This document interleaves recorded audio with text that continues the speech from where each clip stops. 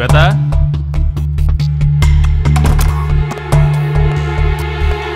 శ్వేత,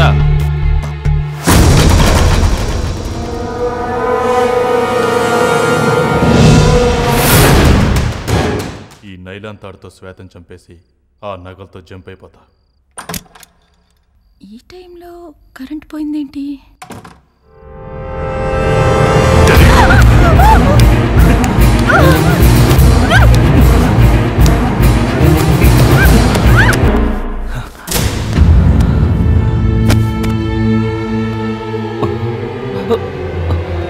శ్వేత అనుకుని ఎవరినో చంపేశానే.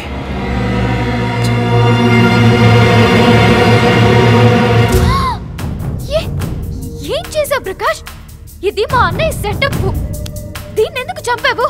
మాకు గట్టుగా ఉంటుందని వేస్తానంతే. ఇంతకీ ఆ డబ్బు నగలు దొరికాయా? నువ్వురా, లాక్ ఓపెన్ అవ్వట్లేదు, త్వరగా రా.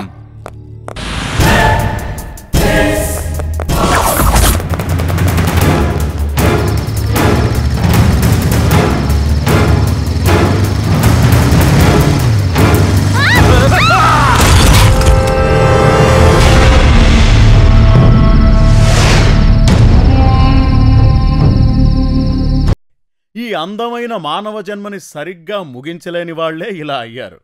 పరస్పర నమ్మకానికి, భార్యాభర్తల అనుబంధాలకు, అన్నా చెల్లెళ్ల మధ్య ఆత్మీయతానురాగాలకు వీళ్ల దగ్గర తావులేదు. కేవలం తమ స్వార్థం కోసం మానవీయ విలువలు లేకుండా ఇంత నికృష్టంగా చచ్చారు.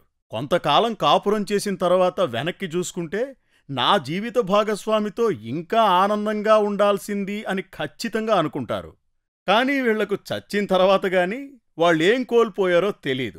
అయినా మానవ జన్మ తిరిగి రాదు కదా. డబ్బు కోసం, అక్రమ సంబంధాల కోసం ఈ కుటుంబంలో ఒకరినొకరు చంపుకున్నారు. కోరికలు తిరగ దయలయ్యారు. ఏ రక్త సంబంధం లేకపోయినా మిమ్మల్ని పెంచి పెద్ద చేసిన ఆ కుటుంబం కోసం మీ ప్రాణాలనే పణంగా పెట్టారు. ఇప్పుడు అర్థమైంది, మనిషికి కావాల్సింది డబ్బు, అక్రమ సంబంధాలు కాదు, మంచి మానవత్వం అని. అందుకే మీ కథ విని జీవితంలో మొట్టమొదటిసారిగా మేమందరం ఏడ్చాము. ఆ రాంబాబుని ఎప్పుడు చంపుతారో, మీ చెల్లెలు ఎప్పుడు బాగుపడుతుందో చూడాలని చాలా ఆతృతగా ఉంది. అమర్ని చంపినట్టు రాంబాబుని చంపడం అంత ఈజీ కాదు.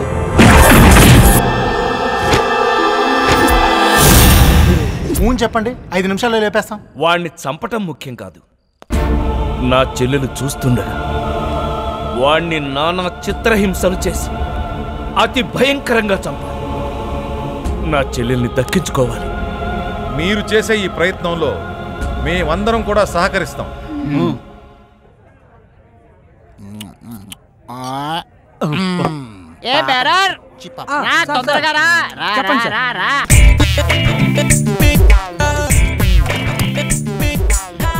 తాగు పాపా, కొంచెం తాగు, కొంచెం తాగు.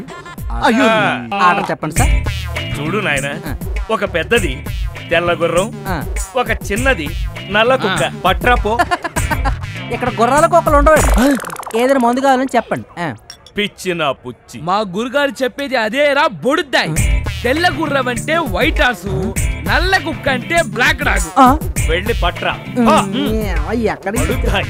మాతృభాషనే మర్చిపో.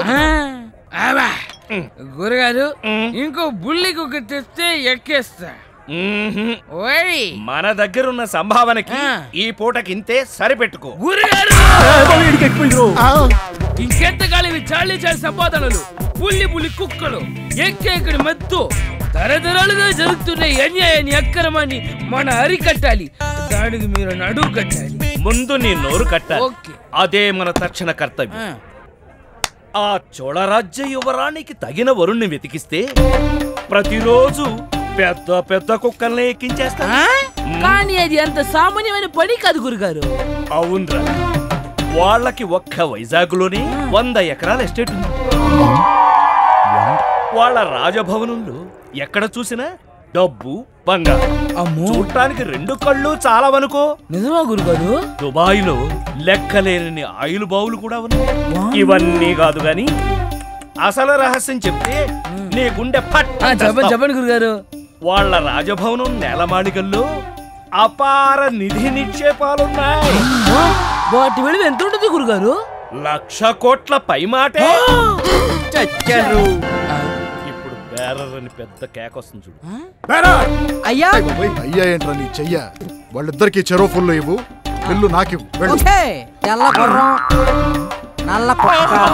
చూడు నాయన, మా దగ్గర ఉన్న సంభావనకి మేము సేవించిన దాంతో సరి. ఈ బొడ్లకు దుడ్లు మా దగ్గర లేవు. దుడ్లు ఆయన ఇస్తానన్నారండి, అప్పుడు దాకి బుడ్లు మిమ్మల్ని ఎక్కించమన్నారండి. ఎవరా మహారాజు పోషకుడు? నేనే. ప్రభు చూడు చూడు చూడు.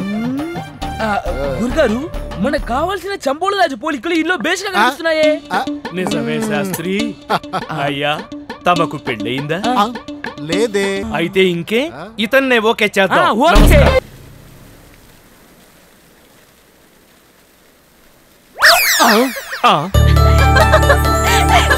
పెళ్లి కొడుకు అడుగునే.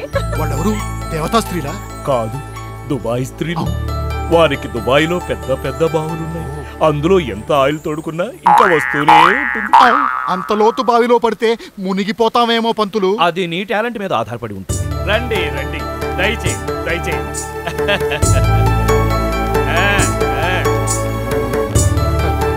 బ్యూటీ కాస్కా. చూడు బ్రదరు, నేను చూడమంది మొక్కల్ని కాదయ్యా. ఇప్పుడు దుబాయ్లో మన జాయింట్ అకౌంట్లో ఉన్న పెద్ద బావి ఎండిపోయిందంటగా, దాని సంగతి ఏం చేశా? మరి మండిపోతే ఎండిపోతేటి, మన అకౌంట్లో చిన్న బాగా ఓపెన్ చేశా.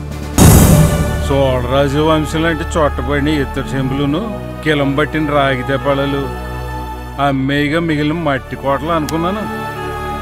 వీళ్ళేంట్రా ఇంత సొమ్ము దాచేశారు? నీకేంట్రా దశ దరిద్రం పట్టినట్టు పట్టేసింది? దశ తిరిగినప్పుడు దరిద్రం పట్టినా పర్లేదన్నయ్యా. అయ్యగారు, మన అమ్మాయి గారిని తట్టుకొని నిలబడగలిగే గుర్రం లాంటి కుర్రాన్ని తీసుకొచ్చేశారు. కింద పడిపోతావు, మెట్లునే కదా. Hello Peggy. మహాప్రసాదం. పంతులు అయ్యా, ఏంటి వీళ్ళేంటి అసలు మమ్మల్ని పట్టించుకోవట్లేదు? డబ్బులున్నాయని గర్వమా, లేకపోతే రాజులు అన్న అహంకారమా? వాళ్ళకి గర్వం ఉంటే మనకెందుకు, అహంకారం ఉంటే మనకెందుకు? మనకు కావాల్సింది పిల్ల, బంగారపు బిళ్ళ. పంతులు, పిల్లలతో సరిపెడతావా? పిల్లలు కూడా చూపిస్తావా? పెళ్లి కూతుర్ని పిలిస్తే పెళ్లి చూపులేదో చూసేస్తాం కదా. చూడవలసింది మీరు కాదు, ఆ పిల్ల.